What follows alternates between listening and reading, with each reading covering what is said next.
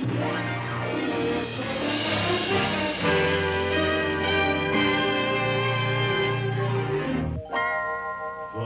world is a carousel of color. Wonderful, wonderful color. Walt Disney presents The wonderful world of color.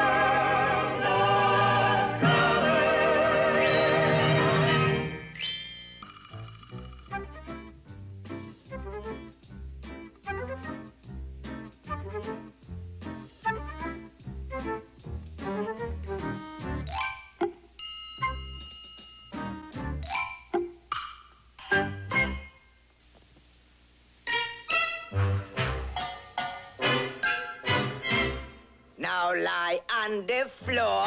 Push up, arms over your head. Touch toes, touch toes. This is our physical fitness program. And incidentally, I've given orders that every one of my artists is to watch this show. And I hope they learn something from it. There's certainly not much exercise in pushing a pencil around or lifting a sheet of paper. As a matter of fact, that's just about the amount of exercise that some of us get these days. What we need right now are a few facts on figures. So let's take a brisk hike over to the world's most famous physical culture center and meet the world-famous proprietor, Professor Ludwig Muscles von Drake. 1, 2, 1, 2, 1, 2, 3, 4. 1, 2, 1, 2, 1, 2, 1, 2. First, let me ask you a very personal question. How do you like the show so far? What am I saying? We haven't even started yet. Do you feel physically fit? Are you in shape? Eek. Are you a V-man? Or like me, solid, like a pyramid? And you ladies, do you have a desirable hourglass figure? Or have your sands shifted?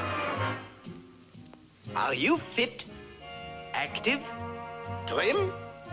Well, that's the shape I'm in.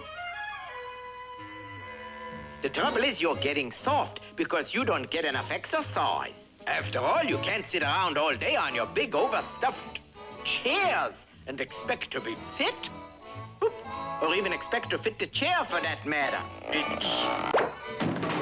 Anyway, as you can see, a lot of us have problems. It's just that some are bigger than others. In this modern push-button age, most of our work is done by machines. And now they got a machine that does the work for the machines. Yes, sir, times has really changed for man. In the old days, he would wear out his shoes. Now the only thing that he wears out is the seat of his pants. And you women aren't getting enough exercise either. About the only people who use a washboard today is musicians. And you don't use it, you play it. Oh, I can't make this too emphatic. Washing clothes is automatic. Cooking's easy, it's scientific. Housework too, to be specific. Taking trips is supersonic. Even brains are electronic. We are soft is realistic. We work less is a statistic. Yet eat more, it's catastrophic. No time to be philosophic. Modern living's quite pathetic. It's completely non-athletic. We should be enthusiastic about things that are gymnastic. Come on, you cooks, don't be static. Move around, knock off that static. Get up on your feet, or muscles will soon be obsolete. Ooh. Well, I don't know what you got out of that, but at least I got some exercise. You know, too many people are in the same shape the world is in. Round. To coin a phrase, it's not the survival of the fattest, it's the survival of the fittest. Of course, it would be a lot easier if it was survival of the fattest, because today, man spends almost all of his time in clubs. Supper clubs, country clubs, nightclubs. Even primitive man had his club, but he had to be in shape to use it. Down through the ages, the first law of nature has always been the survival of the fittest. Quiet!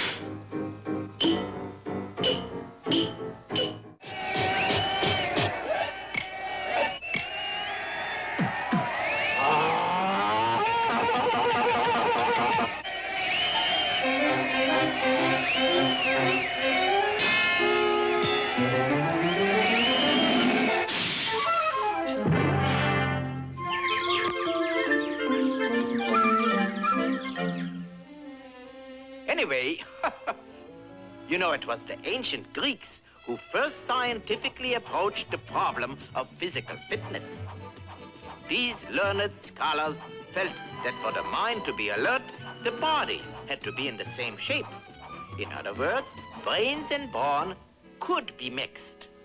And so it was that over 2,700 years ago, within the shadow of beautiful Mount Olympus, was born an institution known as the Olympic Games. Emblematic of these glorious athletic festivals is the torchbearer, who down through the ages has carried aloft the precious flame to the far corners of the earth. Rome, Egypt, India, China.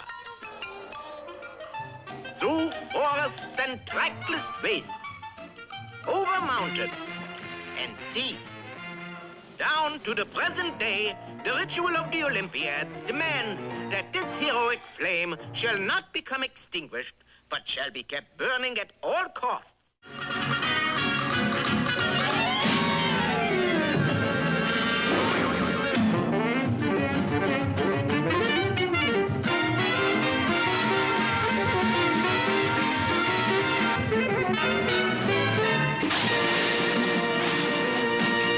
To the victor belongs the spoil. Stay tuned. All right. Now, you know we can't all be a big Olympic chair, but you don't have to be a big fat chump either. Of course, you can go on a crash diet. Count your calories all the time. Get polyunsaturated saturated. Take a bunch of reducing pills and starve yourself to death. But if you want to eat like a pig, look like a racehorse, and be strong as an ox, join the Ludwig Von Drake Club and work with a dumbbell. Ludwig Von Drake. And get this. You don't have to go to my gymnasiums. I'll send one of them to you. You busy businessmen out there can easily set it up in your office. Like this. Hello, JB? Sell 2 million and buy 3. Yes, that's right. Take a letter, Miss Jones. Gentlemen, as of the 14th instant of the 3rd day of the 4th month, here's... But Charlie, this is a matter of high finance. After all, I paid the check for lunch yesterday. Now it's your turn. Of course, your business might go to pot, but so what? You're gonna lose your pot, too. Just think I can deliver this entire setup to you in this handy, convenient package for only $999.99 down. Plus, now get this, folks, I will throw in absolutely free my set of Von Drake exercise records. Here's a little sample that'll show what these records can do for you. All right, all you folks out there in Flabby Land, up, up, up. Now lie on the floor. And over your head. Lie back on your back. Lie on your toes. Go down, go down, go down. Now lie on your side. Oh, no wonder I was playing it too fast. At 78, that's the size of my waist. 33 is what it should be, and I'm not kidding. Yeah, that's better.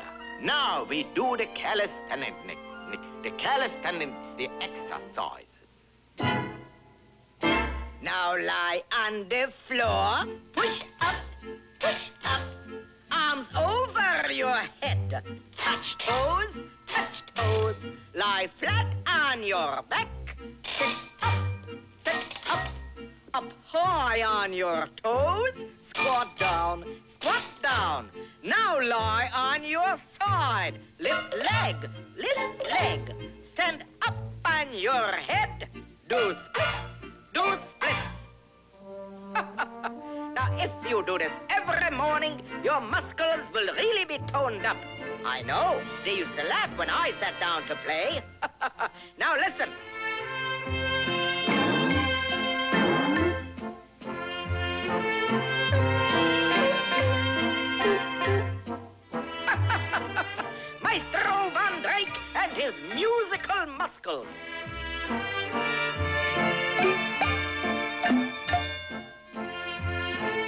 One and two and three and four and one. 2 and 4 and 6 and 8 and 10 and 9.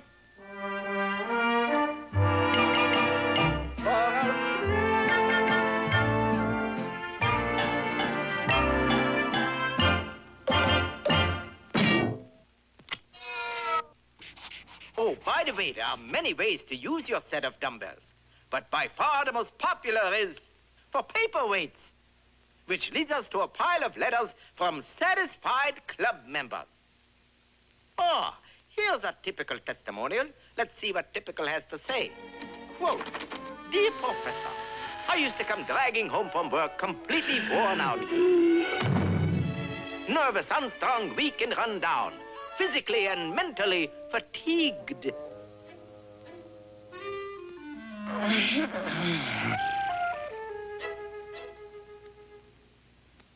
I didn't want to be a spineless, weak-kneed, no-good nincompoop. Ouch!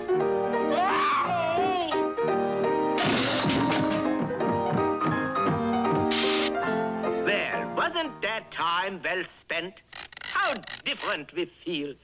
Not tired, but just good old physically fatigued. Another important part of my physical fitness program is the sale of my book on recreational sports. This book is guaranteed to give you muscles all over, not from reading it, from carrying it. Whew. In it is all about all the healthy, invigorating sports known to man. Now let's pick out a good one, like swimming. It'll knock that flab off from all over you. Ah, here it is. Swimming gives you a nice, lean look. After all, how many fat fish have you seen? Anyway, everybody should learn how to swim.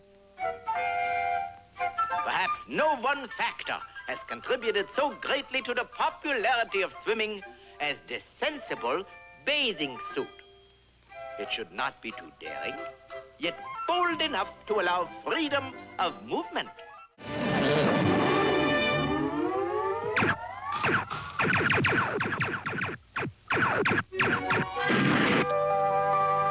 As the setting sun slowly dips into the azure blue of the western sea, with a modicum of reluctancy, we leave this tranquil scene firmly convinced that swimming has many fringe benefits.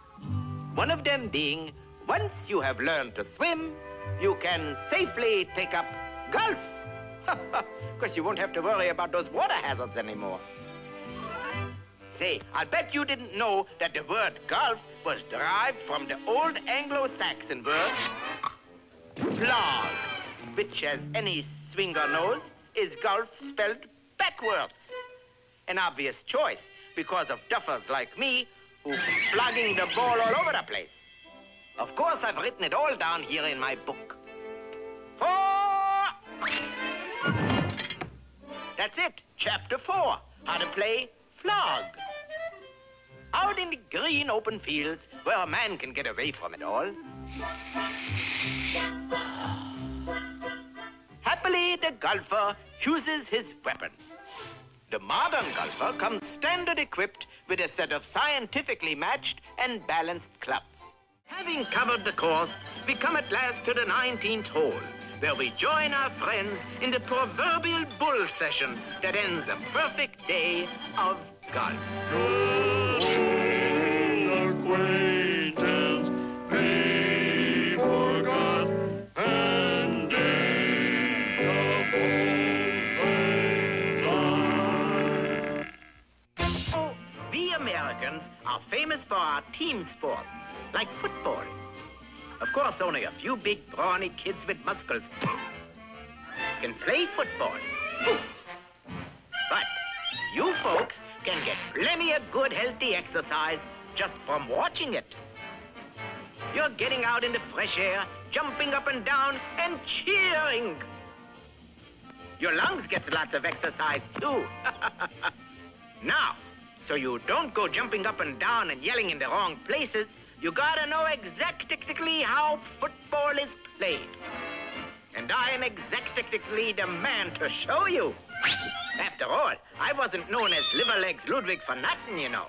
I could split the uprights from 50 yards away with the old pigskin. All right. How to play football. Football needs special equipment.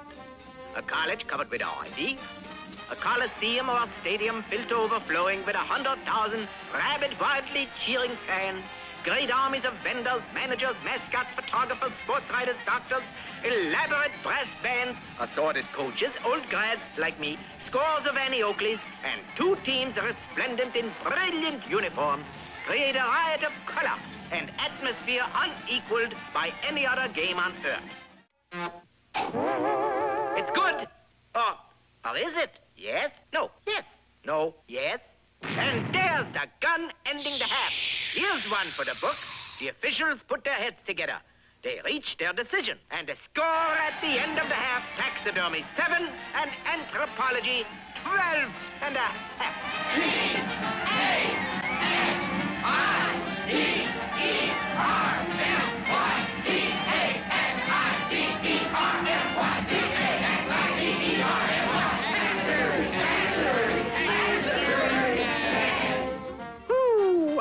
What a game! Oh, boy! You know, after all, a spectator can only take so much. So that's why they put in halftime, to give them a chance to rest and store up some energy. And you can eat all kinds of fattening foods. Because after all, you're gonna wear it all off during the second half. Back on the field, the second half is about to start. Listen to that cheer. It's tired. The A&M man is gaining. He leaves his feet. Look out! Look! And there's the final gun. And Smith wins for taxidermy tech by half a point. Yes, as you can see, football is a great sport to keep everybody physically fit. Everybody, that is, except the coach.